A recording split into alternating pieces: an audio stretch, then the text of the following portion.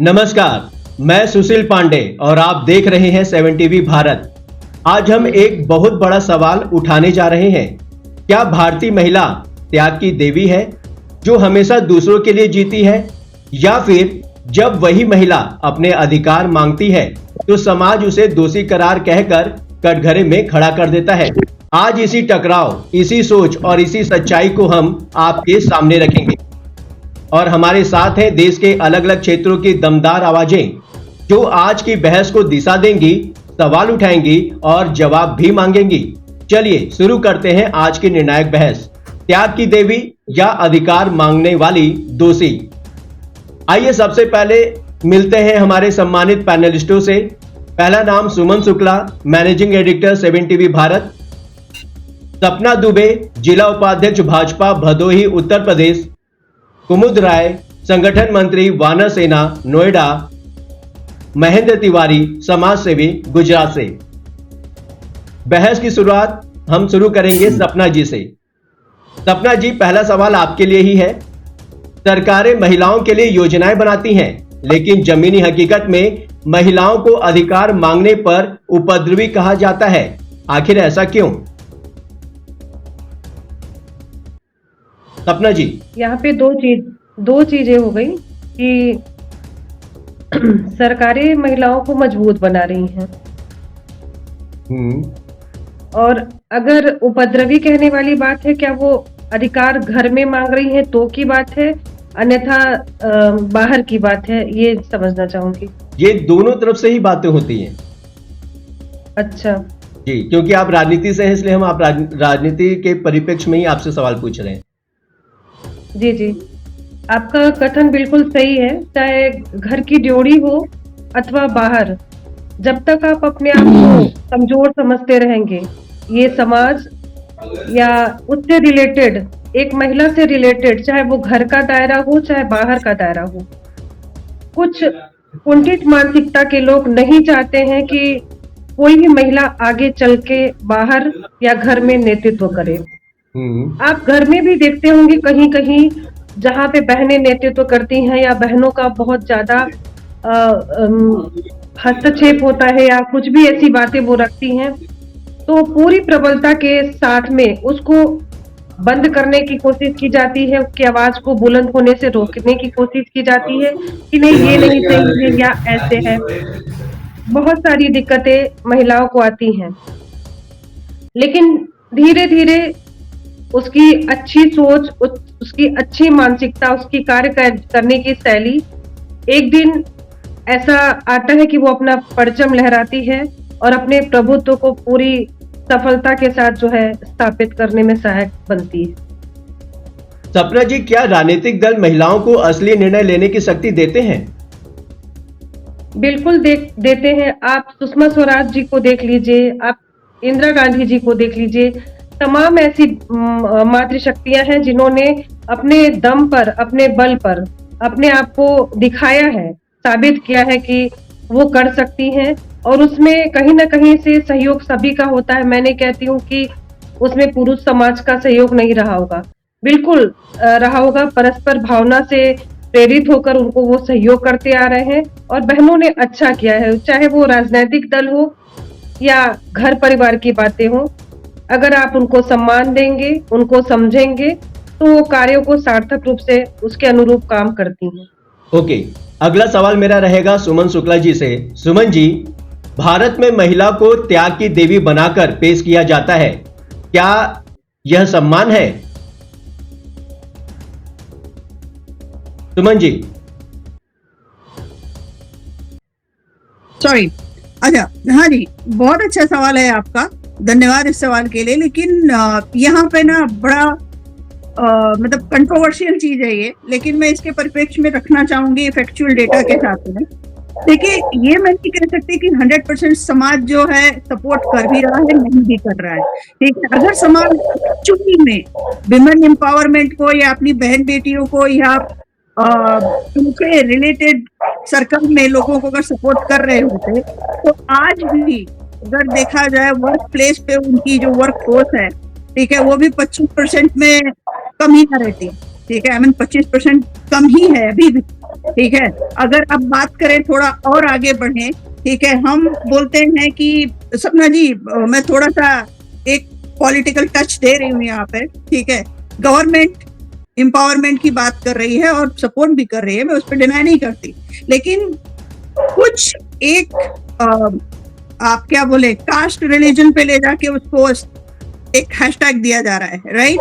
अगर वो हैशटैग हटके सारी लोगों को उसमें इंक्लूड किया जाए, चाहे वो अपर क्लास हो, मिडिल क्लास हो, दलित हो, जो भी हो, ठीक है, लेकिन इक्वालिटी दी जाए तो विमेंस को हर सेक्टर में हर जगह पे दी जाए तो वो ज्यादातर अच्छा होगा।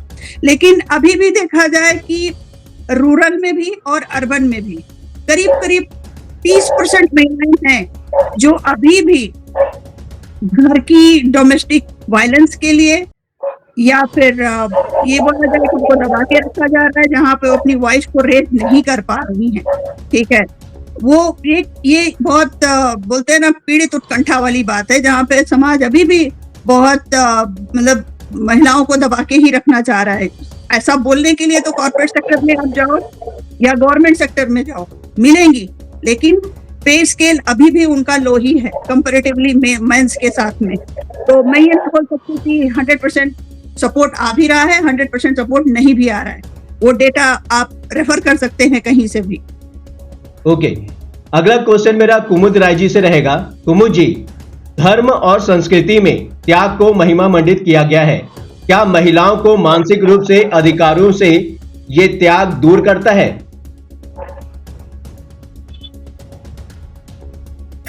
मैं तो मानती हूँ कि ये जो त्याग की देवी का जो एक वो मजमा पहना दिया गया है, वो सिर्फ इसलिए कि आप जहाँ हैं वहाँ सीमित रहिए और आप यहाँ ये महिमा मंडित कर दी गई हैं, आप त्याग की देवी हैं।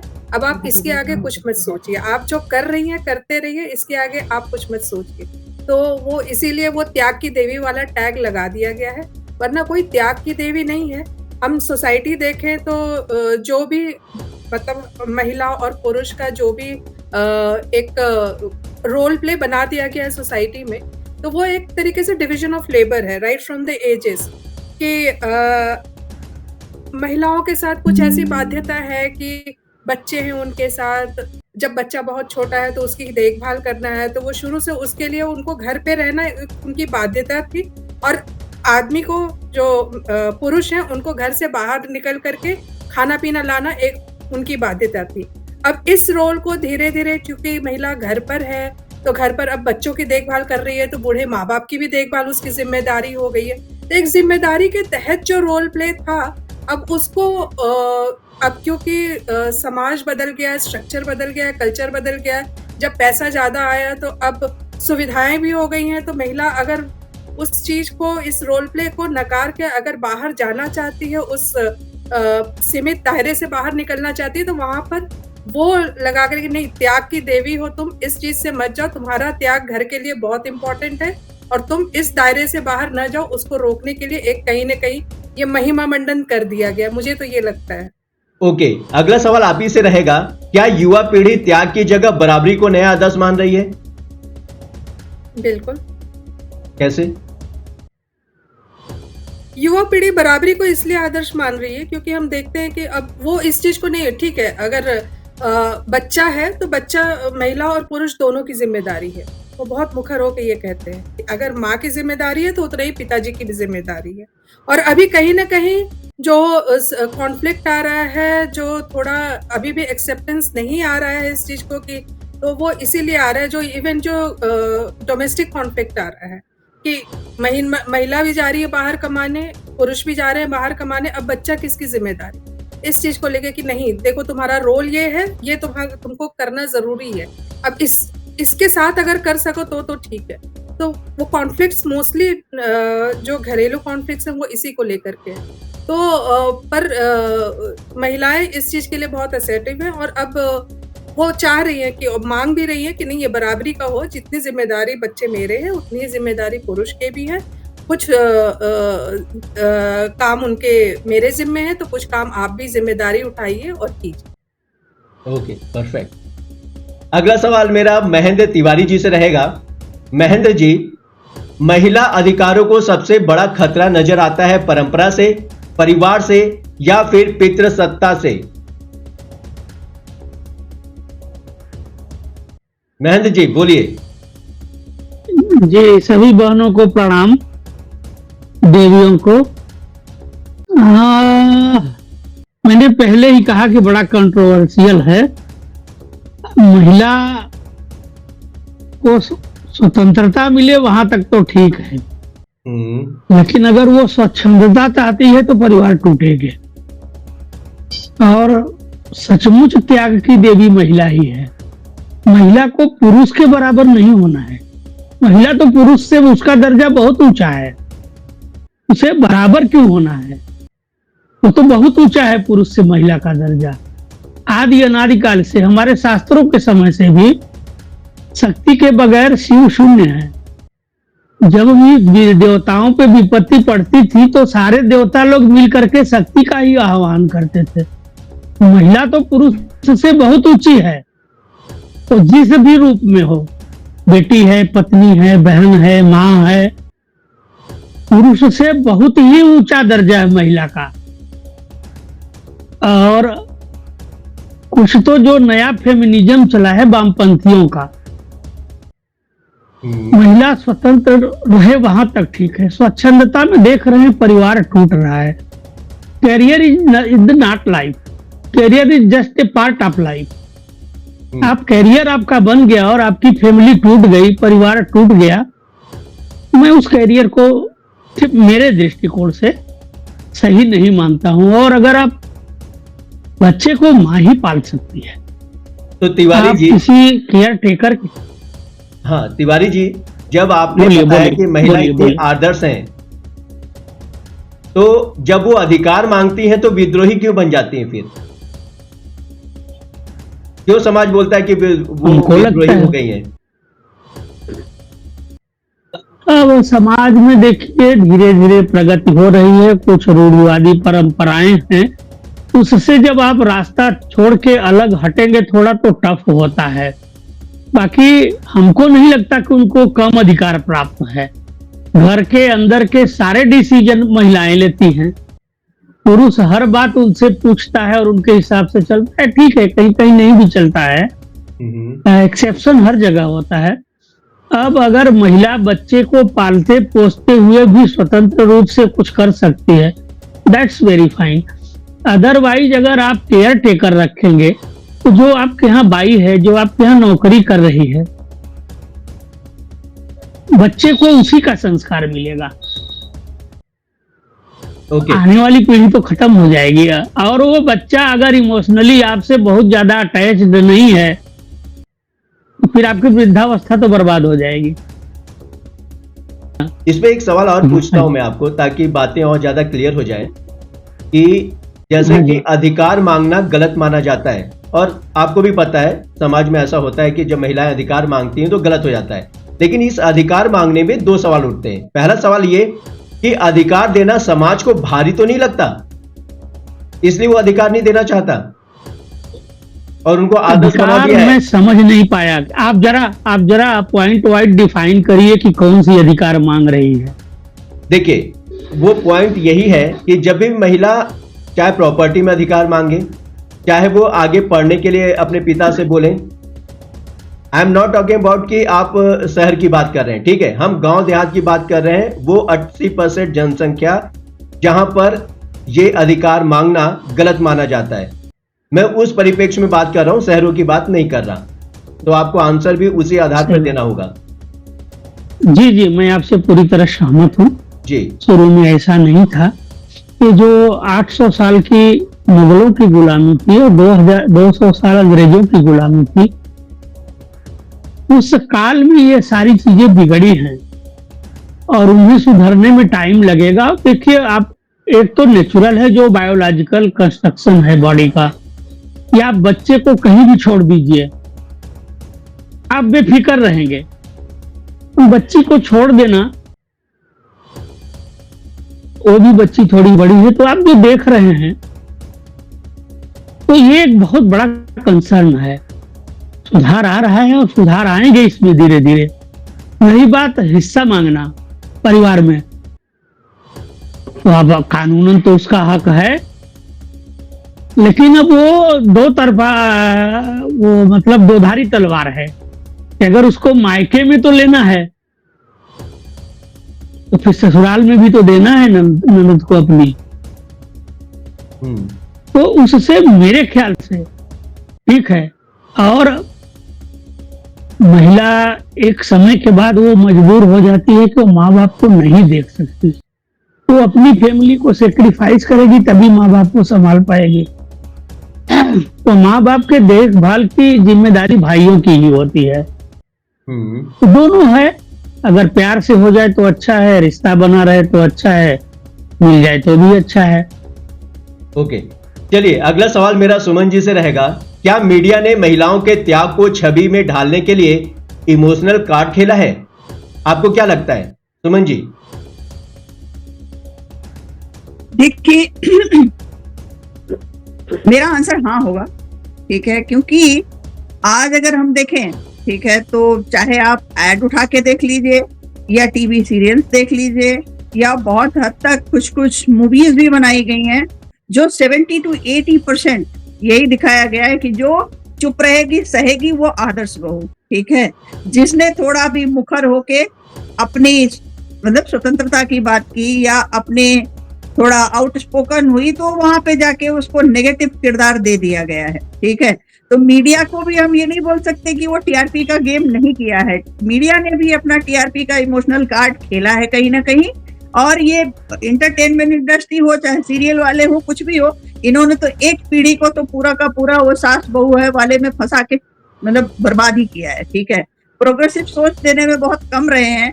तो मैं इस पे ये नहीं बोल सकती हूँ कि हाँ मीडिया अगर कुछ ऐसे कंटेंट बनाए, ठीक है, कि जहाँ पे फीमेल्स को थोड़ा पॉजिटिव थॉट्स उनको मिले, उनको एक वाइब्रेशन मिले, ठीक है, जिसमें उनको कुछ टीच मिले कि हाँ भाई यहाँ पे हम फंसे हुए हैं, यहाँ से निकल के 2 स्टेप हमें आगे जाना है, ठीक है, तब तो हम बोलेंगे कि भाई मीडिया सीरियल्स और बाकी सब लोगों ने किया है या डेवलप किया है एक माइंडसेट। नहीं, उन्होंने सिर्फ और सिर्फ मीडिया ने सिर्फ अभी तक की जनरेशन को मैं देख रही हूँ सिर्फ गार्बेज परोस रही है। तो that is not something up to the mark.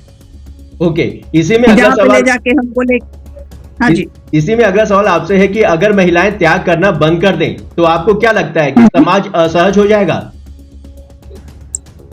बिल्कुल, कहीं ना कहीं तो 100% है कि वो असहज होगा ही होगा, क्योंकि अगर महिलाएं अपना कंट्रीब्यूशन 100% वहां से विड्रॉ करेंगी तो होगा कुछ नहीं। जो असहज है वो तो ठीक है, लेकिन उनकी खुद की एक आइडेंटिटी शायद वो बना पाएंगे, लेकिन परिवार तो नहीं बचा पाएंगे, ठीक है।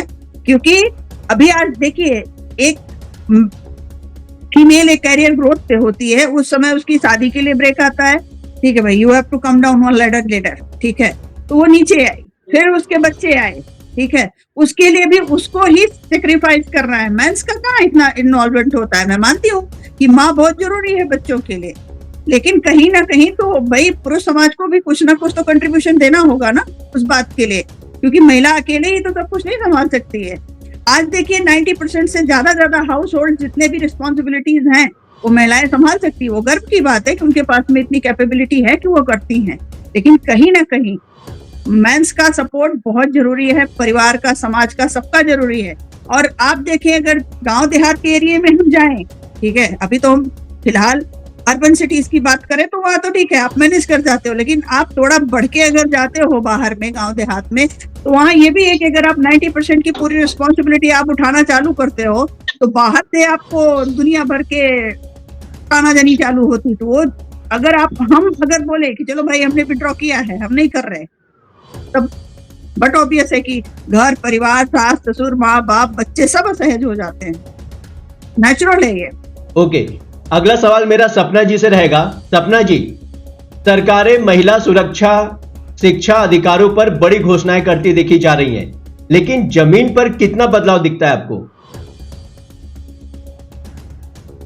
सपना जी। सरकारें जो भी, हाँ जी भाई साहब, सरकारें जो भी कानून बनाती हैं, नियम बनाती हैं, अभी जब से मैंने भाजपा सरकार देखी है, महिलाओं के लिए बहुत ज्यादा ही करने की उन्होंने कोशिश करी है।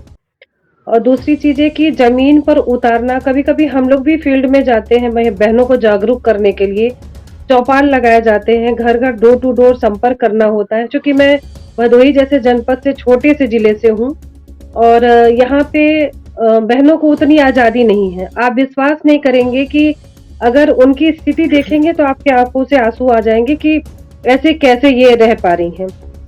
ओके। आप ये जान लीजिए, अगर उन बहनों में से कोई एक बहन, जैसे सरकार ने चलाया समूह सखी के लिए कि किसी एक को हेड बना दिया और उसके अंडर में 30-20 ऐसे करके बहनें काम कर रही हैं और उसने जीविकोपार्जन का एक नया जरिया शुरू किया कि उसने छोटे-छोटे उत्पादों को लेकर अपना कोई कारोबार शुरू किया। आप विश्वास नहीं करोगे, उस गाँव की वो आईएएस समझी जाती है कि ये कर रही है और बहनें उसको सोचती हैं कि मतलब ये तो बहुत आगे बढ़ पाई, हम क्यों नहीं कर पा रहे? अगर वो थोड़ा भी पढ़ी लिखी है तो इस तरह से काम कर रही है। दूसरी चीज़ है कि अगर घर से शुरुआत होती है कि हम अगर अपनी बहनों को घर से मजबूत करें और आगे बढ़ाएँ, तो सरकार तो जागरूकता फैला ही रही है, लेकिन आगे बढ़ के हमें भी उसके लिए काम करना होगा। ओके, अगला सवाल इसी से जुड़कर आता है कि क्या राजनीतिक दल आज भी महिलाओं को चेहरा बनाकर इस्तेमाल करते हैं या असल में शक्ति देकर आगे बढ़ा रहे हैं? देखिए, अगर जहाँ पे महिला काम करती है अच्छे से और बहुत अपने पर्सनालिटी को उसने डेवलप किया है और वो कर सकती है।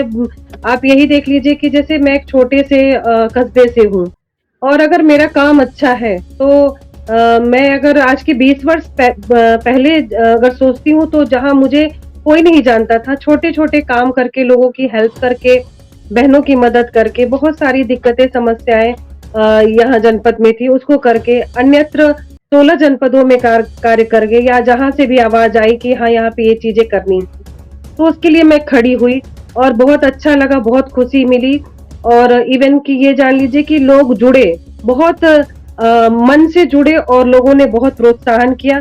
तो ऐसा कुछ मैं सरकार के ही सहयोग से, प्रशासन के सहयोग से ही कर पाई हूँ। ओके, एक छोटा सा सवाल इससे निकल के आता है, जैसे कि आप महिला सदस्य हैं बीजेपी की, तो क्या राजनीति में महिला की सफलता सिर्फ महिला मुद्दों तक ही सीमित कर दी जाती है या फिर उनको बड़े पदभार भी दिए जाते हैं, जैसे रक्षा, सुरक्षा?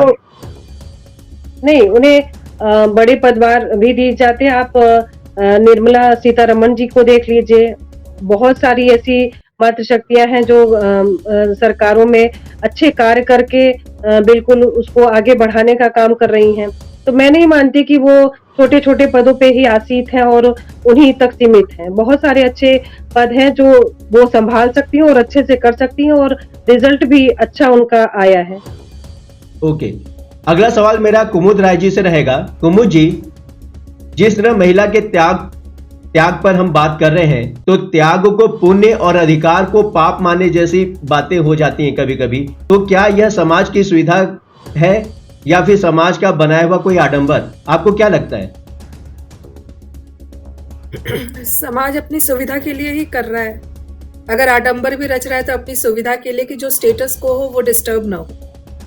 जिस तरीके से चलता आ रहा है, सब चलता चला है कि जो अपना एक पैट्रियार्कल सोसाइटी है, उसमें अगर महिला आकर के मायके में अगर अपने ज़रूरत के हिसाब से अगर अधिकार मांगने लगे, हमको नहीं लगता है कि कोई इस तरीके से बिना मजबूरी के कोई जाएगा अपने भाई से बंटवारा करने या अपने पिताजी से अपना अधिकार मांगने।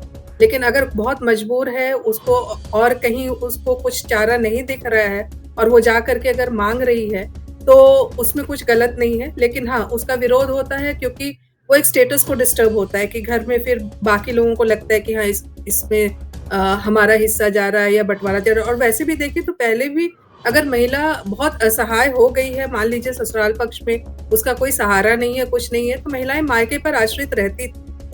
तो या तो वो पूरी जिंदगी भाई के साथ बिताए। अब वो वहां पर एक बहुत थिन लाइन है कि किसी के ऊपर आश्रित रहना और अपना अधिकार लेकर के अपना एक जिसको कहते हैं कि सम्मानजनक जीवन जीना। तो वो उस चीज को में है कि पहले भी आश्रय तो मिलता था, लेकिन वही था कि वो आश्रिता थी भाई पर।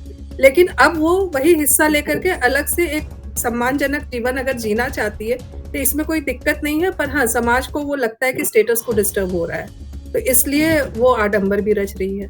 ओके, इसी पर सवाल आगे बढ़ते हुए मैं आपसे ही करना चाहूंगा कि क्या महिलाएं त्याग इसलिए करती हैं क्योंकि वे चाहती हैं, या फिर इसलिए क्योंकि समाज उनके लिए यही कहानी लिख कर देता है कि आपको क्या नहीं, करना है? ऐसा नहीं है। वो अपनी जिम्मेदारी समझती है, इसलिए करती है कि भाई ठीक है भाई, सबसे ज्यादा तो इमोशनल अटैचमेंट अपने बच्चे के साथ है एक माँ का। अब वो बच्चे को मतलब वो भी नहीं चाहेगी कि हमारा बच्चा तकलीफ में रहे, बच्चे को हमारी नीड है तो हम रहे वहां पर। तो ये एक जरूरत समझी महिला तभी वो घर के दायरे में सीमित हुई, और उसके बाद फिर उसको अपने पति से प्यार है, तो नेचुरली जब पति से प्यार है तो उनके माँ बाप से भी प्यार है, तो उनकी जिम्मेदारी भी उसने अपने ऊपर ले ली। बहन जी, आपसे अगला सवाल मेरा ये रहेगा कि क्या समाज महिलाओं से त्याग इसलिए चाहता है क्योंकि इससे व्यवस्था आसान रहती है, जैसा कुमुद जी ने बताया?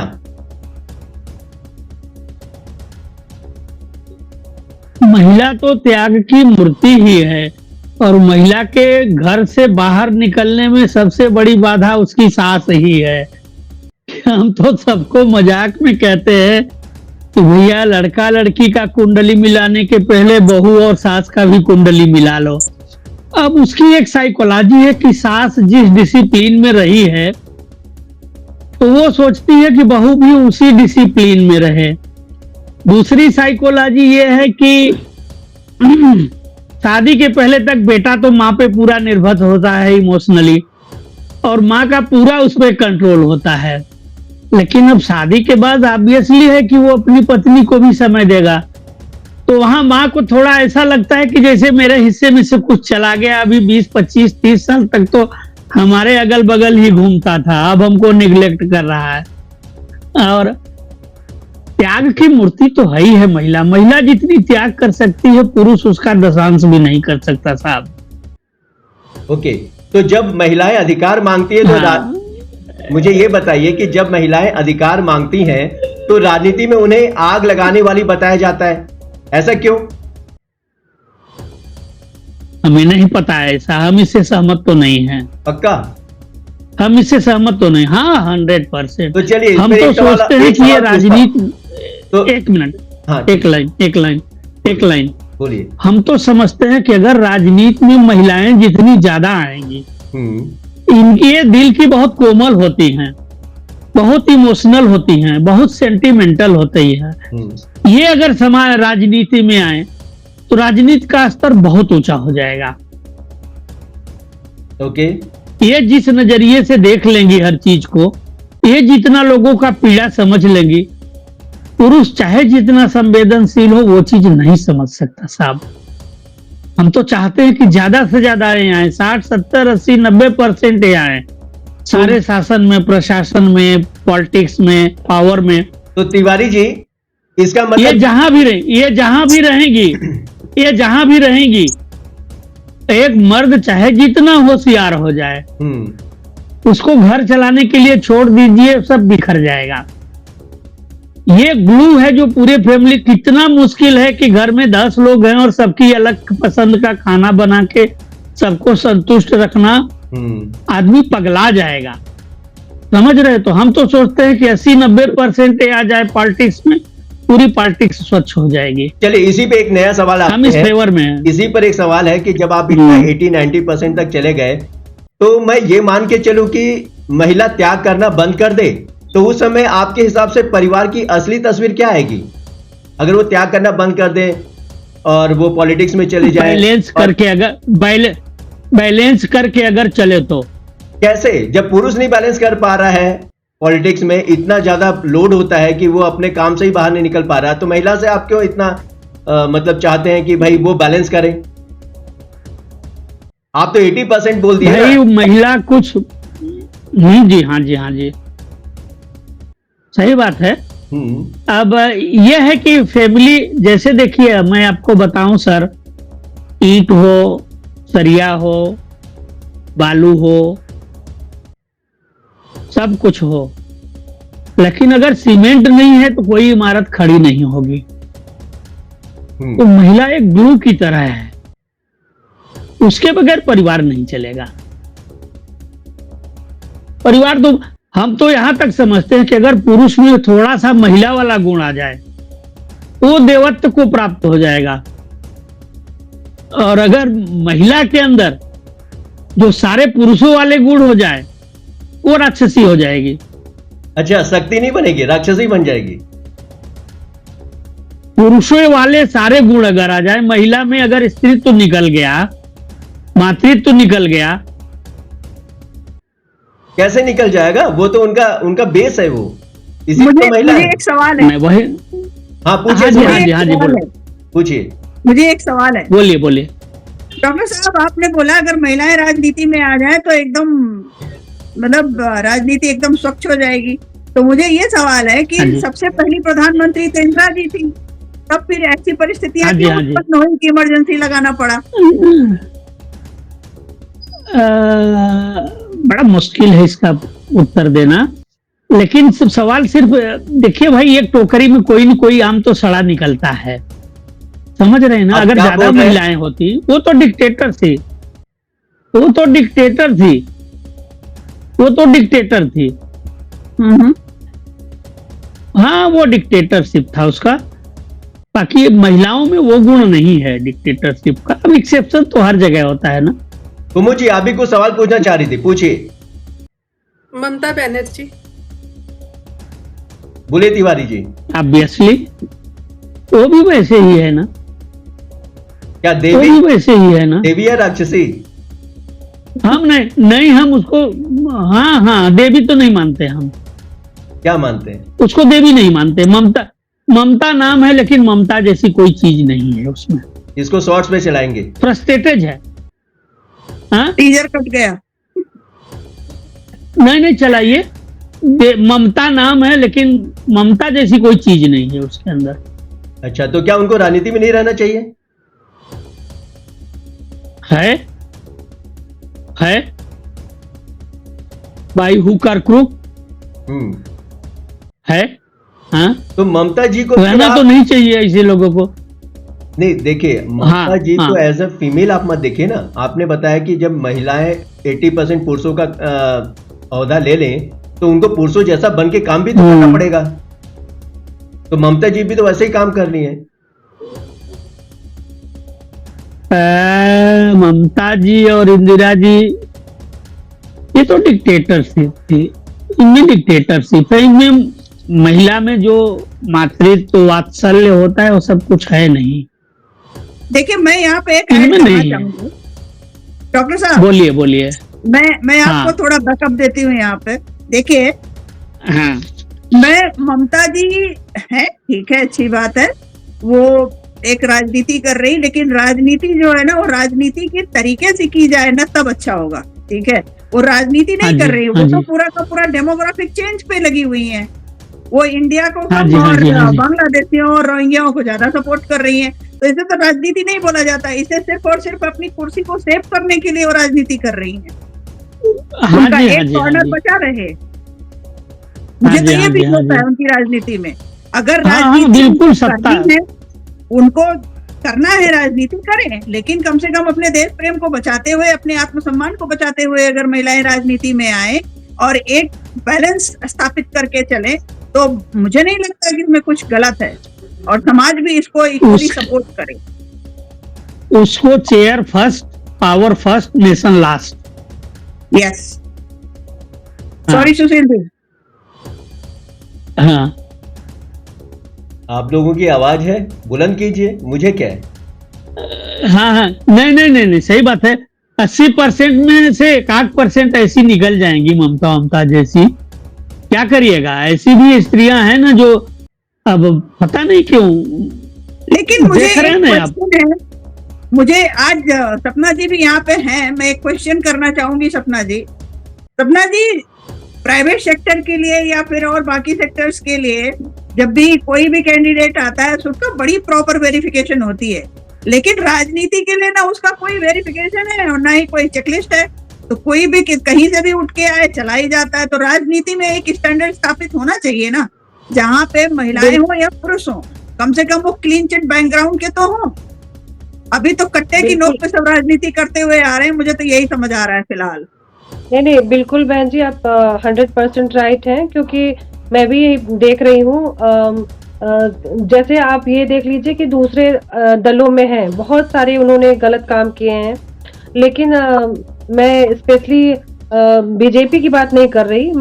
अगर वो इस मानसिकता का है कि वो जनहित के कार्यों को प्रभावित कर रहा है, या दुष्ट प्रवृत्ति का है, और बहुत सारा ये कह लीजिए कि माफिया टाइप का भी है, तो उसको बढ़ावा देने के लिए हर दल लग जाते हैं। आप चाहे सपा हो, बसपा हो, भाजपा हो, सारे दल लग जाते हैं। अगर वो दूसरे दल से इस दल में आ रहा है, इस दल से दूसरे दल में जा रहा है, तो वो दूध का धुला हो जाता है। मैं पर्सनली एक पार्टी की बात नहीं कर रही, लेकिन उसके आने से बहुत सी चीजें प्रभावित होती हैं।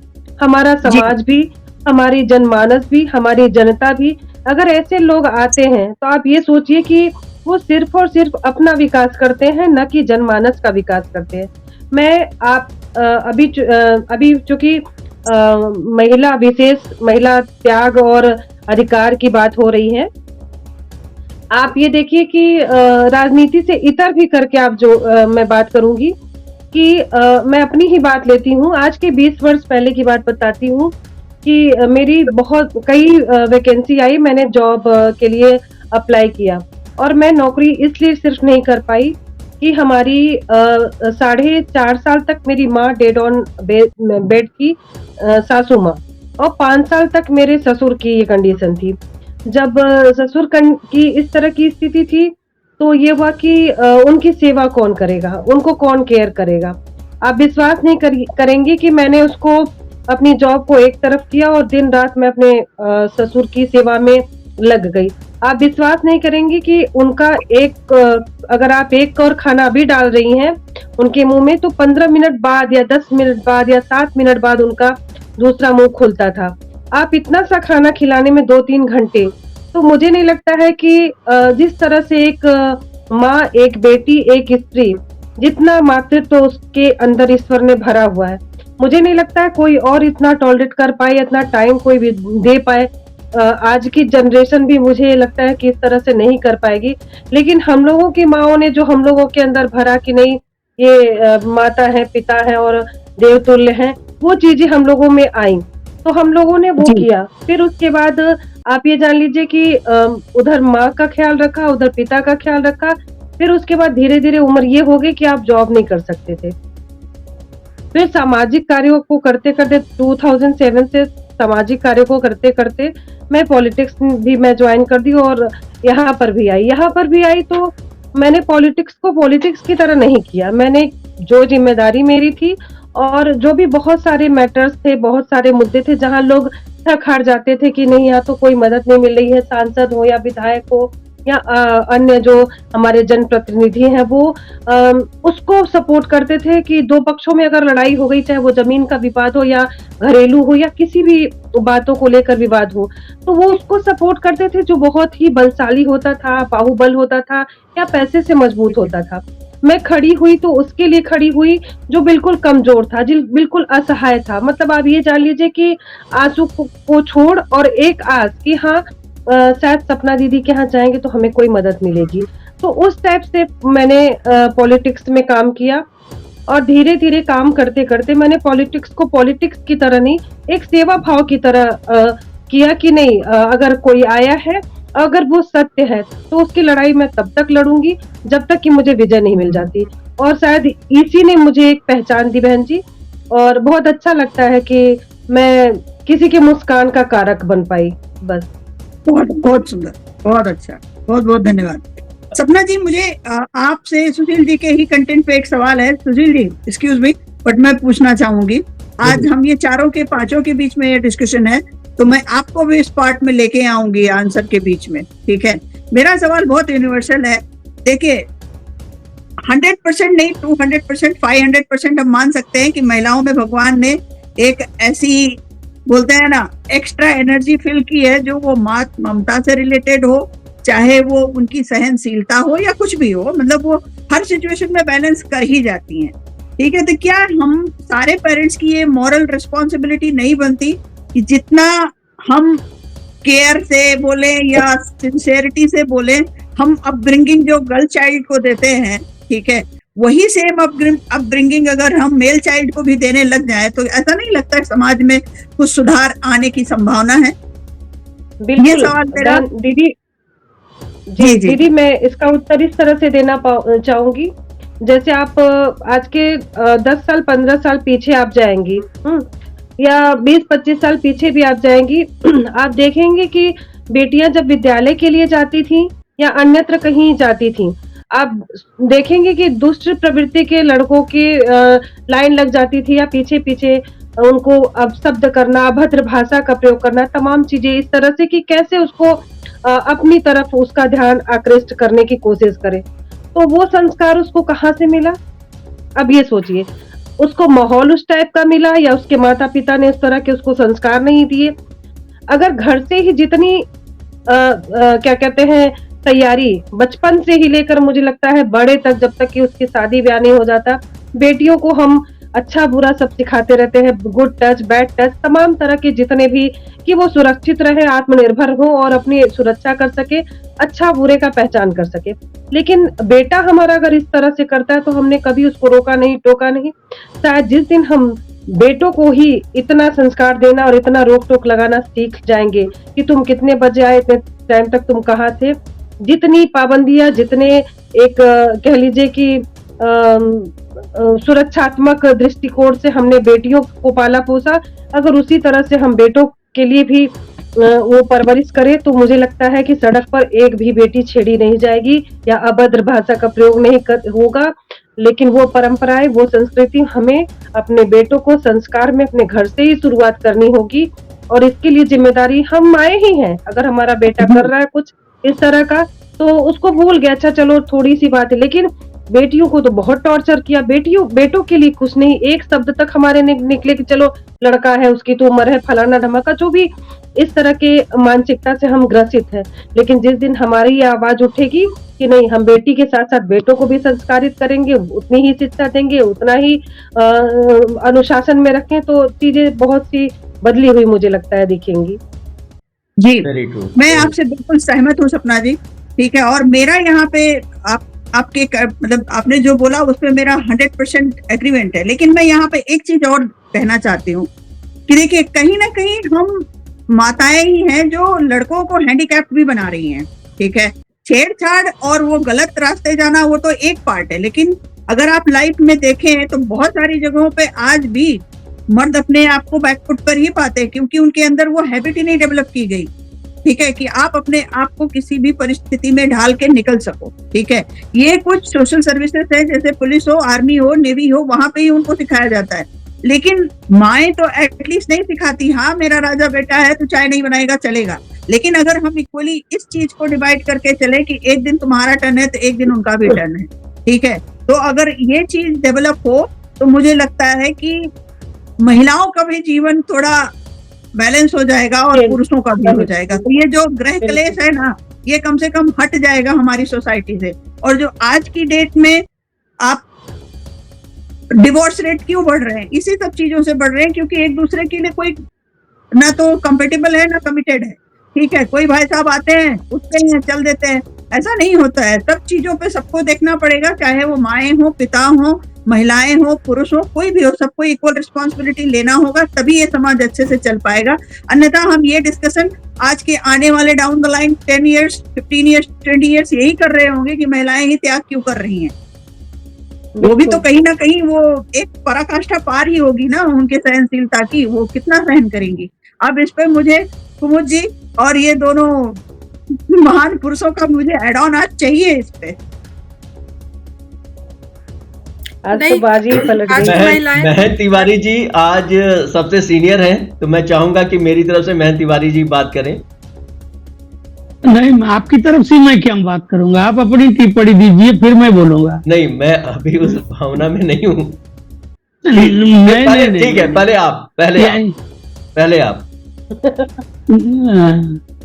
मैं 100% सहमत हूँ सुमन से जी।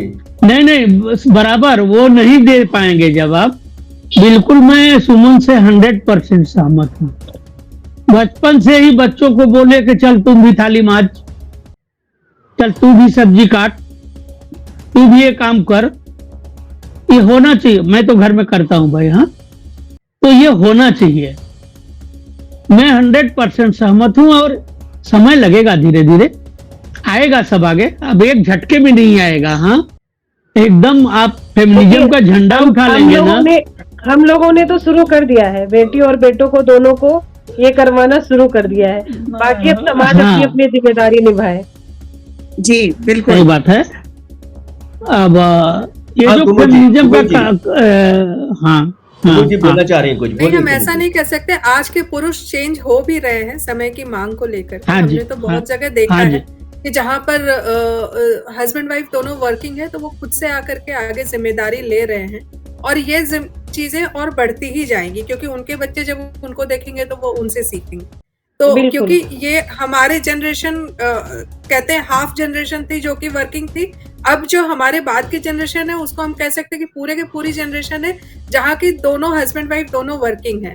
और इनफैक्ट मतलब लड़कियों की शादी, अगर वर्किंग लड़कियां नहीं है तो शादी भी मुश्किल हो रही है। मतलब डिमांड ही है कि हमको एक वर्किंग पार्टनर चाहिए।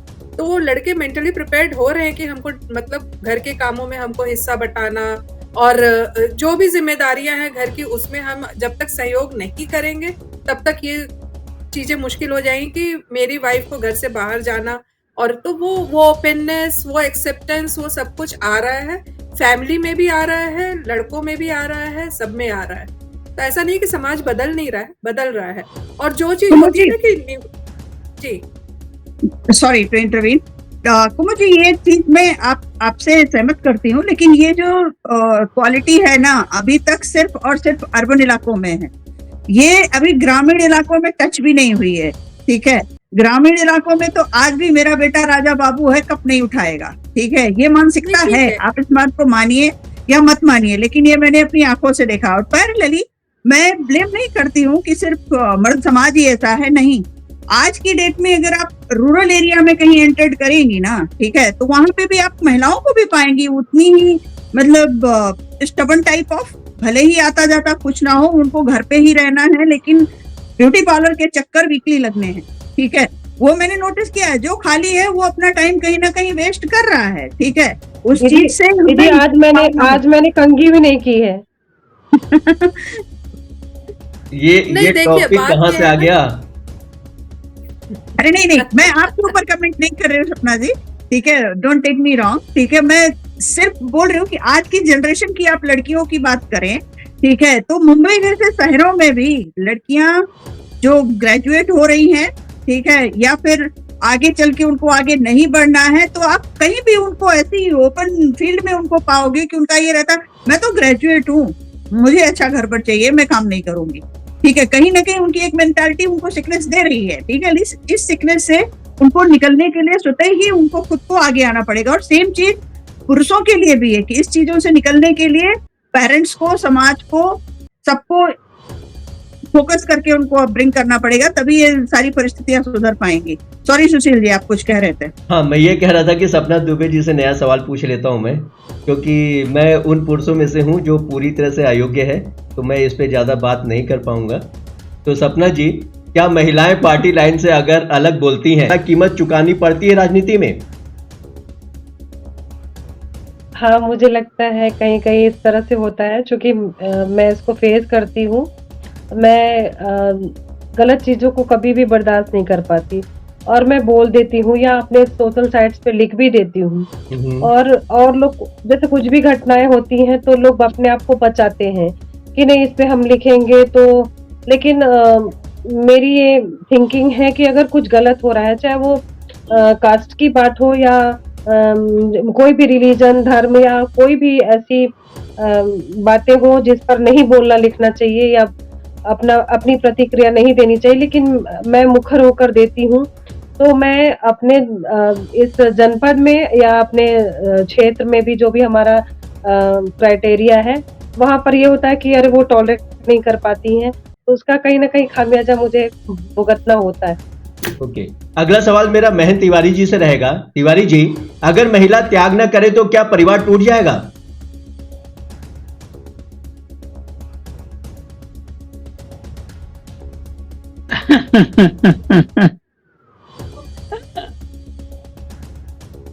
घर कौन चलाएगा? हम्म। घर कैसे चलेगा? अभी जेनजी तो सब्जी काटने वाला है ना, तो वही चलाएगा।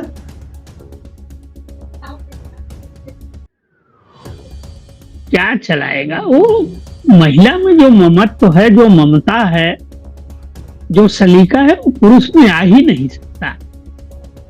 बैलेंस तो रखना ही पड़ेगा। घर तो महिला से ही चलेगा। हो सकता है आपको लगे कि मेरी बहुत पुरानी सोच है, लेकिन हमने देखा है कि जिन्होंने सिर्फ कैरियर को चुना और घर टूट गया उनका, फिर वो बैंक बैलेंस है, गाड़ी है, बंगला है, लेकिन फिर जिंदगी नहीं। मैं ऐसा मानता हूँ बैलेंस बना के चले, जितना भी कर सके अच्छा है। ओके, अगला सवाल मेरा सुमन शुक्ला जी से होगा। शुक्ला जी, त्याग प्यार है या फिर दबाव? आपको क्या लगता है? देखिए, दबाव से तो कोई चीज बन नहीं सकती सिवाय बिगड़ने के और टूटने के। ये तो महिला का अपना समर्पण है अपने परिवार के प्रति, चाहे वो माँ हो, बाप हो, भाई बहन हो, बच्चे हो या पति हो, सास ससुर हो। वो तो सदैव बैलेंस स्थापित करने की ही कोशिश करती है, अन्यथा दबाव में तो कोई चीज होगा नहीं, बनेगा ही नहीं। ठीक है, दबाव में कोई महिला अपना त्याग कर ही नहीं सकती, वो भी आज के जमाने में बिल्कुल नहीं। ओके, अब मैं अगला तो सवाल। ये उनका प्यार और समर्पण है। ओके, अगला सवाल मेरा कुमुद राय जी से रहेगा। कुमुद जी, त्याग या अधिकार, कौन सा शब्द महिलाओं पर थोप दिया गया है? त्याग का ही थोपा गया है। बार बार तिवारी जी बोल रहे हैं त्याग की मूर्ति, त्याग की मूर्ति, त्याग की देवी। तो उसी को ज्यादा थोपा गया है। अब तो कह रहे हैं क्योंकि ताकि स्टेटस को बना रहे, लेकिन अब ऐसा है नहीं, परिस्थिति ऐसी है नहीं। वो नहीं मान रही है कि हम त्याग की देवी हैं, और हम भी नहीं मानते हैं। कभी भी त्याग ऐसा कोई त्याग नहीं था। हम कहें ना कि एक डिवीजन ऑफ लेबर था सोसाइटी को एक हार्मनी में चलाने के लिए, जिसको कि त्याग का रूप दे दिया गया क्योंकि वो समाज के लिए ज्यादा कन्वीनियंट था। ओके, तो चलिए अगला सवाल मैं सपना जी से पूछना चाहूंगा। सपना जी, क्या भारत में महिला अधिकार सिर्फ शहरी शब्द है या फिर गांव में आज भी त्याग ही धर्म माना जाता है? आप बता सकती हैं अच्छे से। जी जी, गांव में तो अभी भी वो त्याग की ही प्रतिमूर्ति मानी जाती हैं। अगर आप एक्स्ट्रा कुछ डिमांड करते हो क्योंकि ऐसे मामले बहुत सारे आते रहते हैं। एक परिवार का मैं किस्सा आपको बताती हूँ कि सबने मिलकर, चाचा ने और भाइयों ने सबने मिलकर बेटी का, 2 बेटियों का ब्याह कर दिया। 2 या 3 बेटियां थी, ऐसे करके ब्याह कर दिया। और बाद में उनके भाई थे और मदर फादर नहीं थे, वो एक्सपायर कर गए थे। तो बहुत सालों बाद वो बेटी अपना हिस्सा मांगने के लिए आ गई कि मुझे इतना है और मुझे इतना चाहिए। आप ये जान लीजिए, थाना पुलिस और सबके यहाँ जाना और ये सारी चीजें शुरू हो गई। लास्ट में वो केस हमारे पास में आया। बहुत सारे दिग्गज यहाँ के लग गए कि नहीं, बेटी है तो उसको अधिकार मिलना चाहिए, ऐसे है वैसे। आप ये जान लीजिए कि हम लोगों ने उनको समझा बुझाकर कि नहीं, उसका अधिकार है, लेकिन वो अधिकार मांगने के लिए आज 15 साल 20 साल के बाद वो आई हैं। और इन परिवारों के भी बच्चे बड़े हो गए। बहुत सारे लोग उसमें हाथ सेकने लगे कि नहीं नहीं, हम तुम्हारे साथ में हैं। कोई लड़की के साथ में था, कोई उनके परिवार के साथ में था। अब चीजें ये हुई कि जो और अन्य 2 बहनें थी, वो कह लीजिए कि उन्होंने त्याग कर दिया कि नहीं, हमारा भाई है, हमारे चाचा का लड़का है और माता पिता नहीं है। तो इन लोगों ने हमारे लिए बहुत कुछ किया है और हम आज अगर अपने मायके में उठ रहे हैं, बैठ रहे हैं, आ रहे हैं, जा रहे हैं, हमारा पूरा आदर सत्कार ये भाई लोग कर रहे हैं, चाचा के बच्चे कर रहे हैं। और उन 3 बहनों में से 2 ने डिनाई कर दिया कि नहीं, हमें कुछ नहीं चाहिए, लेकिन एक बहन अड़ी रही कि नहीं, मुझे चाहिए। तो हम लोगों ने आपस में एक कंप्रोमाइज करा कि नहीं, इनको इनका हक दे दिया जाए। और वो घर भी वहां बनाना चाह रही है कुछ लोगों के बहकावे में आके कि वो भाइयों के रास्ते में पड़े, मतलब एक लड़ाई अलग से शुरू करने की। तो ऐसी भी भावना और ऐसी भी मानसिकता नहीं होनी चाहिए कि हम वापस उस घर में सम्मान के साथ उठ बैठ ना पाए। और मात्र ऐसा भी नहीं था कि वो अपने ससुराल से संपन्न नहीं थी, सब कुछ था, लेकिन उनका ये कहना था कि रास्ते में न बनाए, एक तरफ जैसे लाइन से बना हुआ है, इस टाइप का वो घर बनाए तो अच्छा ही लगेगा। सब लोगों ने सहयोग किया, उनका घर भी बन गया और वापस से बैठा के उन परिवारों को बहुत सामंजस्य बनाया गया कि टूटने वाली नौबत ना आए। तो यहाँ पे आपको दोनों चीज़ें दिख जाएँगी कि 2 बहनें जिन्होंने कहा कि नहीं हम सक्षम हैं, अपना जीविकोपार्जन भी अच्छा है, सब कुछ अच्छा है, हम नहीं लेंगे। लेकिन एक बहन उसके अंदर था कि नहीं ये हमारे माँ-बाप का है और मुझे यहाँ चाहिए, तो उसको दिया गया। तो दोनों चीज़ों को बैलेंस करके वहाँ पर ये चीज़ें करी। लेकिन उसने आवाज़ उठाई तो गाँव के लोग भी, परिवार के लोग भी, सबने ये कहा कि ये तो हनन हो रहा है। ओके। कि वो अपने अधिकारों को क्यों मांग रही है। जब शादी के टाइम पे सारी कुछ अच्छे से दहेज में दे दिया गया, आना-जाना सब कुछ हो रहा है, सारी चीज़ें जब जितनी बार भी आते हैं उतने बार भी उनका स्वागत-सत्कार के साथ में कुछ न कुछ दिया ही जाता है। तो इस तरह की चीज़ें अभी गाँव में हैं कि वो अधिकार उनको नहीं मतलब दिया जा सकता है। इस तरह की भावनाएँ हैं कि अगर वो माँग रही है तो मतलब वो गलत है। ओके। अब मेरा आखिरी सवाल आप सभी से रहेगा, एक-एक करके इसका जवाब देना है। सवाल ये है कि क्या आज भी ग्रामीण भारत में अधिकार मांगने वाली महिला को घर तोड़ने वाली महिला कहा जाता है? सबसे पहले मैं जवाब चाहूंगा महेंद्र तिवारी जी से। हाँ जी, मैं बिल्कुल सहमत हूँ इस बात से। अभी भी ये है कि अगर किसी बच्ची ने बाप के हिस्से में मांग लिया अपना हिस्सा, तो उसको ठीक नहीं माना जाता है। ये है गांव में अभी भी। ओके, कुमु जी कुछ बोलना चाहेंगे इस पर आप? बिल्कुल, गाँव के परिवेश में तो है, अभी भी इसको पॉजिटिवली नहीं देखा जा रहा है। शहरों में ये बात नहीं है, लेकिन गाँव में ये बात अभी भी एक्सेप्टेबल नहीं है कि बेटी आकर के मायके में अपना हिस्सा मांगे। फिर उसको वो दयाद कट कैटेगरी दे दिया जाता है कि हमारी बहन नहीं है, ये अब हमारी दयाद हो गई, हमसे बांट ली अपना। ओके, सुमन शुक्ला जी आपका क्या कहना है इस पर? जी बिल्कुल, आज भी ये परिस्थिति अभी कायम है, चाहे वो, मुझे तो ऐसा नहीं लगता कि सिर्फ गांव में ही है, ये शहरों में भी है कि अगर आपने अपना हिस्सा मांगा परिवार में तो बट ऑब्वियस है कि आप सही या पॉजिटिव मैनर में तो नहीं देखे जाएंगे, ठीक है, क्योंकि शहरों में तो बहुत सारे तर्क हैं, कुतर्क हैं, लॉजिक है, सब कुछ है, ठीक है, लेकिन गांव में तो बहुत जगह पे माता पिता ही असहज हो जाते हैं अगर वो जीवित हैं तो, ठीक है, कि भाई हमने आपका शादी ब्याह कर दिया तो आप अपना घर परिवार चलाओ, यहाँ पे आपको हिस्सा क्यों चाहिए, ठीक है। अगर बहुत ज्यादा संपन्न है तो भाई उनके लिए ठीक है, लेकिन मिडिल क्लास के लिए तो आज भी ये परिस्थिति बहुत मतलब दयनीय हो सकती है दोनों के लिए, सपना जी मांगने वाले के लिए भी और देने के लिए भी। सपना जी इसमें कुछ कहना चाहेंगी? जी जी, देखिए ये स्थिति सिर्फ गांव की ही नहीं है, गांव और शहर दोनों जगह की है। अगर आप सक्षम हैं, उस लायक हैं, तो लोग स्वतः ही अपनी बेटियों को दे ही दे रहे हैं। अगर उसके पास है ही नहीं और बेटियां जिद पे अड़ी रही, नहीं मुझे इसमें से चाहिए ही चाहिए, तो वो वाकई में चाहे गांव हो चाहे मध्यम वर्गीय परिवार हो, वो टूट सा जाता है कि अभी उसके पास ऑलरेडी 4-5 बच्चे होते और छोटा घर हो, लेकिन उसको उसमें से चाहिए, तो उसको मजबूरन वो घर अगर 1 कमरा या 2 कमरा का है तो उसको बेचना पड़ता है कि इससे जो पैसे आएंगे तो आधा भाई लेगा और आधा बहन लेगी, तब जाके मतलब वहां पे स्थिति बड़ी खराब हो जाती है। वाकई में अगर आप संपन्न हो, मैं बहनों से भी यही कहना चाहूंगी कि अगर आप संपन्न हो और आपका भाई कमजोर है तो इस भावना को अपने दबा दें, और अगर है तो फिर ठीक है, बराबर हिस्सों में बांटा जाए। बहुत खूब। तो मैं यहाँ पे एक एड ऑन करना चाहूंगी। देखिए, महिलाएं अगर अपना हिस्सा मांगने के लिए आ रही हैं, ठीक है, चाहे वो भाई से हो, माता पिता से हो, जो भी हो, अगर आप सोचते हो कि वो सक्षम है या असक्षम है, ये तो आपकी अपनी मेंटालिटी पे डिपेंड करता है, लेकिन अगर आप इक्वल रिस्पॉन्सिबिलिटी उठाने के लिए तैयार नहीं हो, ठीक है, तो आपका हिस्सा मांगना भी जायज नहीं है, क्योंकि वो आप हम सब ने गांव में सुना होगा ना, दुपरवा के पाही कुकुर मरे आवाजाही, ठीक है, एक तो आप कोई भी रिस्पॉन्सिबिलिटी उठा नहीं पाओगे, ठीक है, सिर्फ भागते ही रह जाओगे जीवन में, और आप भी आगे आने वाली आपकी भी तो बेटियां हैं ना, तो क्या आप उतने ब्रॉड माइंडेड हो कि आप दे पाओगे अपनी बेटी को? अगर नहीं तो आपको भी सोच विचार के कदम लेना पड़ेगा। बिल्कुल, वो भी महिलाएं चीजें आप पे भी लागू होंगी, वो तो जो मांग रहा है उस पे भी लागू होगा।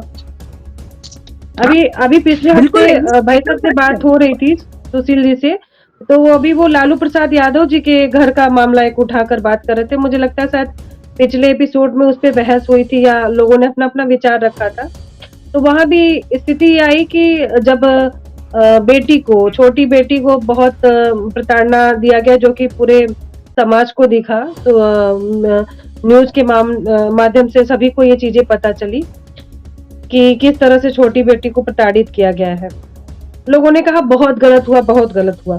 लेकिन कुछ वर्षों पहले बहू के साथ में भी यही वहां पर घटना घटित हुई थी, एक भी आवाज नहीं आई थी। आज यही बहनें सभी एक होकर कि हम छोड़ देंगे मायका और ऐसे कर देंगे, वहां पर अभी आप देखिए कि किस तरह से उन्होंने अपने बहू के साथ में बर्ताव किया था।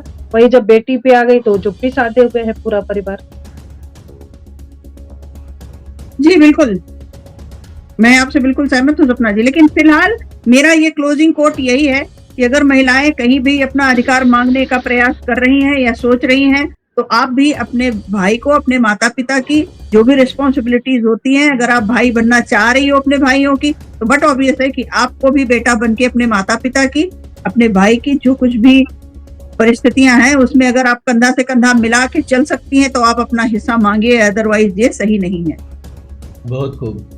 एक चीज कहना चाहूंगी, हमारी सभी बहनें हैं, भाई लोग हैं, आप ये देखिए कि जब भी बेटियों का रिश्ता ढूंढने गए तो अपने से ऊपर ही ढूंढा कि हमारी बेटी को कोई कमी ना हो।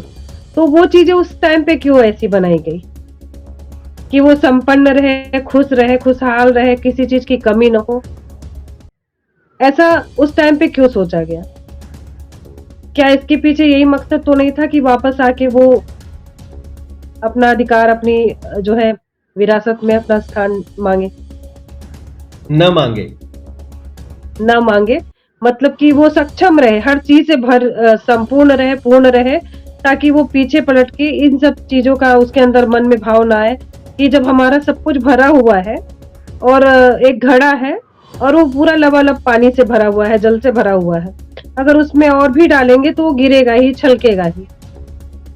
शायद माता पिता ने पहले जो रीति रिवाज चली थी कि अपने से ऊपर बयाना है कि वो बिल्कुल परिपूर्ण रहे, वो पीछे पलट के इन चीजों के लिए कम से कम न आके वापस अपने अधिकारों के लिए बात करे। और बाकी जो भी अब का जो परिवेश है, अधिकार की बात हो रही है, तो जाहिर सी बात है कि बेटियां दबके रहने वाली नहीं है। बहुत सी चीजें हैं और समय बहुत परिवर्तित हो चुका है, बहुत आगे जा चुका है। और मुझे लगता है कि जिस तरह से बेटे को समान अधिकार है, उसी तरह से बेटियों को भी दिया जाए। और मेरी खुद की एक बेटी है और मैं चाहूंगी कि आगे चलकर जब भी शादी ब्याह हो तो उनके लिए भी मेरी तरफ से कुछ ऐसा रहे कि अलग से उनके लिए व्यवस्था इस टाइप की हो, ताकि भविष्य में ऐसी स्थिति न उत्पन्न हो कि वो आके मायके में इस तरह का कोई झगड़ा लड़ाई वाली बात हो। और उस तरह से उनके लिए भी हर माए करे तो बेहतर है, अगर सक्षम है तो। ओके, किसी को और कुछ कहना है तो वो भी बोल दीजिए। नहीं, मैं बस एक बात बोलना चाहूँ कि बेटियों को इतना सक्षम बनाए कि वापस मायके आकर के वो अधिकार की बात ही न सोचे। बिल्कुल, आज की बेटियों को पढ़ाया जाए, लिखाया जाए अपने पैरों पे। वही वो बेटा बन के खुद ही माँ बाप के लिए इतना करने के लिए तैयार हैं। अब तो आप ये जान लीजिए कि जो भी जॉब में है बच्चियां, वो खुद ही अपने माता पिता के लिए खड़ी हैं, अपने ससुराल पक्ष के लिए भी कर रही हैं, माँ बाप के लिए कर रही हैं, खुशी खुशी कर रही हैं। तो फिर आज हमारे जो महिला सदस्य थी हमारे पैनलिस्ट में, ये काफी शेरनी की तरह आई। तो मैं यही मान के चलता हूं कि महिला त्याग कर सकती है, अगर वो चाहे तो महिला अधिकार भी मांग सकती है, क्योंकि उसका हक है। समाज तभी आगे बढ़ेगा जब त्याग चैन से होगा, मजबूरी से नहीं, और अधिकार सम्मान बनेगा, अपराध नहीं। महिला भी एक इंसान है, भावनाएं हैं, इच्छाएं हैं, सपने हैं और उनके अपने अधिकार हैं। हम फिर मिलेंगे एक नई बहस, एक नई सोच और एक नए सवाल के साथ अगले एपिसोड में। नमस्कार। नमस्कार। नमस्कार।